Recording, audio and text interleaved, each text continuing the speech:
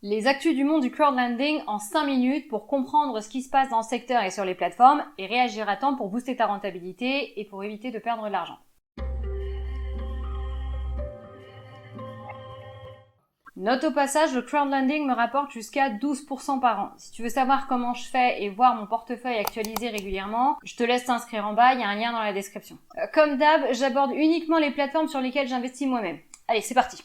Bondora Go & Grow augmente sa limite. Alors déjà, bonne nouvelle pour toi si t'es inscrit sur Bondora. La limite mensuelle sur Go & Grow a été relevée, passant de 400 à 700 €. Et encore mieux si tu y es pas depuis longtemps, parce que toi qui avais seulement accès à Go & Grow Unlimited, maintenant ce Go & Grow classique est aussi disponible pour toi. Pour le coup, c'est intéressant de savoir pourquoi non seulement la limite est relevée, mais surtout pourquoi le produit est à nouveau ouvert pour tout le monde. Et la réponse, en fait, elle est logique, c'est que la plateforme a de nouveau augmenté son volume de transactions, son volume de prêts financés, et donc de prêts dispo à l'investissement. Effectivement, au premier trimestre de cette année, Bondora a atteint plusieurs fois des volumes de prêts records, toujours tirés, soit dit en passant, par le marché finlandais. Et c'est ce qui lui a permis de desserrer la bride vis-à-vis des investisseurs. Après, on peut spéculer aussi en se disant que l'offre Go & Grow Unlimited a seulement 4% par an, ça faisait tellement pas mouche que la plateforme n'avait pas intérêt à le maintenir, en tout cas pas comme seul produit dans son offre. Parce que dans le secteur du crowdlending et même dans le secteur bancaire, c'est très moyennement concurrentiel. Pour rappel, la différence entre Go & Grow et Go & Grow Unlimited, c'est qu'avec Go & Grow, tu as une rémunération jusqu'à 6,75 par an, avec une limite mensuelle où tu peux alimenter le compte à hauteur de 700 € max, alors qu'avec Go & Grow Unlimited, tu as une rémunération jusqu'à 4% par an, mais là sans limite d'investissement. Et sur les deux, tes fonds sont jamais bloqués, tu peux les retirer quand tu veux. Estate Guru obtient sa licence européenne. Maintenant c'est officiel, Estate Guru est régulée à l'échelle européenne. En l'occurrence, elle est titulaire d'une licence pour opérer en tant que prestataire de services de financement participatif. Concrètement, pour la plateforme, ça veut dire quoi ? Qu'elle peut étendre ses services dans un cadre législatif commun à l'ensemble de l'UE. Concrètement, pour toi, ça veut dire quoi ?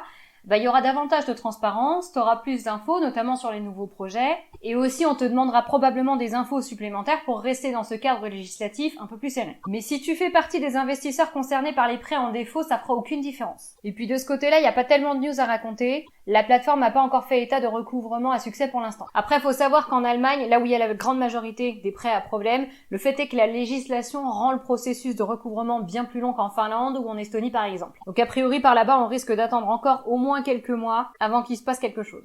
Mintos publie ses rapports 2022. La plateforme Mintos a publié récemment ses rapports financiers annuels pour 2022.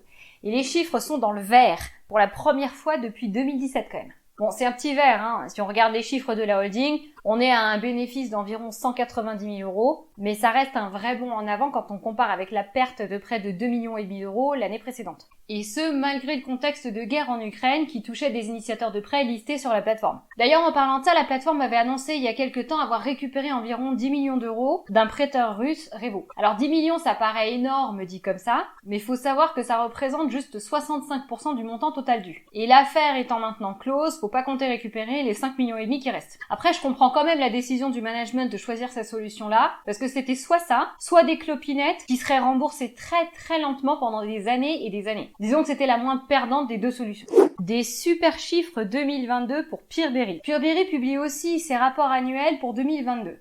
Et là, la surprise, pour moi en tout cas, a été 2 fois plus grosse que pour Mintos, quand j'ai vu que la boîte était non seulement en bénéfice, mais en plus ce bénéfice a été plus de 2,5 fois supérieur à l'année précédente. Ça m'a vraiment cloué parce que vu la merde dans laquelle la plateforme s'est retrouvée avec la guerre en Ukraine qui a touché genre la moitié du portefeuille de la plateforme l'année dernière, je m'attendais à voir des chiffres écroulés au prochain rapport. Franchement, chapeau. Donc encore une mention d'honneur pour cette plateforme, c'est de loin celle qui a été la plus touchée par la guerre et c'est de loin celle qui a su préserver et rassurer le mieux ses investisseurs.